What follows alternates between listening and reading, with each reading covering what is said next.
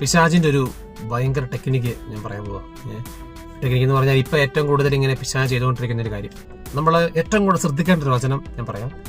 ലൂക്ക 21:34. സുഖലോലുപത, മദ്യാസക്തി, ജീവിത വ്യഗ്രത ഇവയാൽ നിങ്ങളുടെ മനസ്സ് ദുർബലമാവുകയും ആ ദിവസം ഒരു കെണി പോലെ നിങ്ങളുടെ മേൽ നിബന്ധിക്കാതിരിക്കുകയും ചെയ്യുവാൻ ശ്രദ്ധിക്കുകയും. സുഖലോലുപത, മദ്യാസക്തി, ജീവിത വ്യഗ്രത ഇവയാൽ നിങ്ങളുടെ മനസ്സ് ദുർബലമാവുകയും. സുഖലോലുപത എന്ന് പറഞ്ഞാൽ ഇപ്പൊ നമ്മള് ബോഡിയുടെ ആഗ്രഹങ്ങൾ, ശരീരത്തിന്റെ ആഗ്രഹങ്ങൾ എന്തൊക്കെയായിരിക്കും? ചിലപ്പം ഫുഡ് കഴിക്കുക, നല്ല നല്ല ഫുഡുകൾ ഇങ്ങനെ കഴിച്ചുകൊണ്ടിരിക്കുക, വെറൈറ്റി ഫുഡ് എക്സ്പീരിയൻസ് ചെയ്യുക, അല്ലെങ്കിൽ ഇങ്ങനെ ഡ്രസ്സിനോട് ഇങ്ങനെ തോന്നുന്ന ഇങ്ങനെ ഓരോ പുതിയ ഡ്രസ്സുകൾ അങ്ങനെ സുഖലോലുപത, സുഖം, ഇങ്ങനെ സുഖത്തിന്റെ പുറകെയുള്ള പോക്കുണ്ടല്ലോ. സുഖത്തിന് കൂടുതൽ ഇമ്പോർട്ടൻസ് കൊടുക്കുന്നു. നല്ലതല്ലേ അതൊക്കെ? നല്ല സിനിമകളെല്ലാം ഒരുപാട് ഇറങ്ങുന്ന എല്ലാ സിനിമയും കാണുന്നു. ഇങ്ങനെ ഈ സുഖത്തിന് ഇങ്ങനെ കൂടുതൽ ഇമ്പോർട്ടൻസ് കൊടുക്കുന്നു. അങ്ങനെ കൂടുതൽ ഇമ്പോർട്ടൻസ് കൊടുക്കുമ്പോഴേക്കും ചിലപ്പോൾ പ്രാർത്ഥനയുടെ കോൺസെൻട്രേഷൻ കുറയും. നമ്മുടെ ശരീരത്തിന് കൂടുതൽ ഇമ്പോർട്ടൻസ് കൊടുക്കുന്നു.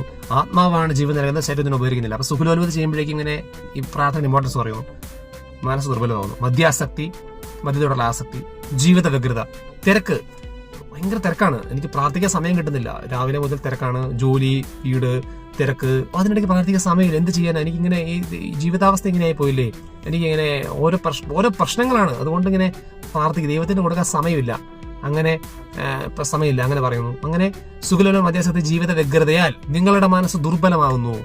ഇതൊക്കെ ചെയ്യുമ്പോഴേക്കും നമ്മുടെ മനസ്സിങ്ങനെ പതുക്കെ പ്രാർത്ഥിക്കാൻ സമയം കിട്ടാതെ മറ്റു കാര്യങ്ങൾ ശ്രദ്ധിച്ച് നമ്മുടെ മനസ്സിങ്ങനെ ദുർബലമാകുന്നു.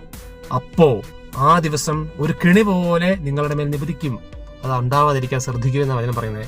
സോ മനസ്സിലാക്കിക്കോ, നമ്മളിങ്ങനെ പ്രാർത്ഥിക്കാതിരിക്കുമ്പോൾ, നമ്മളിങ്ങനെ ഈ കാര്യങ്ങളിൽ സുഖലോലുപതയിലും ജീവിത വ്യഗ്രതയിലും ശ്രദ്ധിക്കുന്നതനുസരിച്ച് നമ്മുടെ മനസ്സ് ഇങ്ങനെ ദുർബലമായിക്കൊണ്ടിരിക്കുകയാണ്.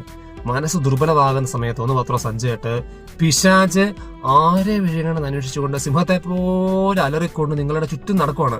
പുള്ളി ഇങ്ങനെ എൻട്രി പോയിന്റ് തപ്പി നടക്കുക. മനസ്സ് ദുർബലമാകുമ്പോഴേക്കും അവൻ കയറി അടിക്കുമ്പോൾ നമ്മളുടെ ആത്മാവ് നഷ്ടപ്പെടും, പാപത്തിലേക്ക് വീഴും, നമ്മൾക്ക് തിരിച്ചു വരാൻ പറ്റാത്ത രീതിക്ക് നമ്മളെ വീണു പോയിരിക്കാം. അതുകൊണ്ട് കൃത്യമായ ഒരു പ്രാർത്ഥന നമുക്കുണ്ടായിരിക്കണം. ബൈബിളിൽ ബാക്കി പറയുവാണ്.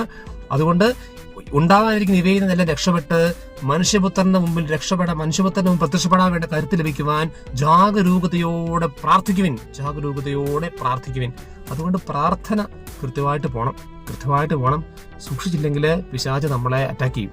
അതുകൊണ്ട് മനസ്സ് ദുർബലമായിക്കൊണ്ടിരിക്കുകയാണെങ്കിൽ പോയി കുമ്പസാരിക്കുക, പ്രാർത്ഥിക്കുക. ഈ ശ്രദ്ധ ഈ ശരീരത്തിൽ നിന്ന് മാറ്റി ആത്മാവിലേക്ക് കൊണ്ടുവരിക. ശരീരത്തിൽ നോട്ടെ, പക്ഷെ ആത്മാവിലേക്ക് കൊണ്ടുവരിക ശ്രദ്ധ. ആത്മാവ് ശക്തിപ്പെടുന്ന അനുസരിച്ച് ശരീരത്തിന് ശക്തി കിട്ടും. ആത്മാവ് ശക്തിപ്പെടണം, പിശാചിനെ തോൽപ്പിക്കണം.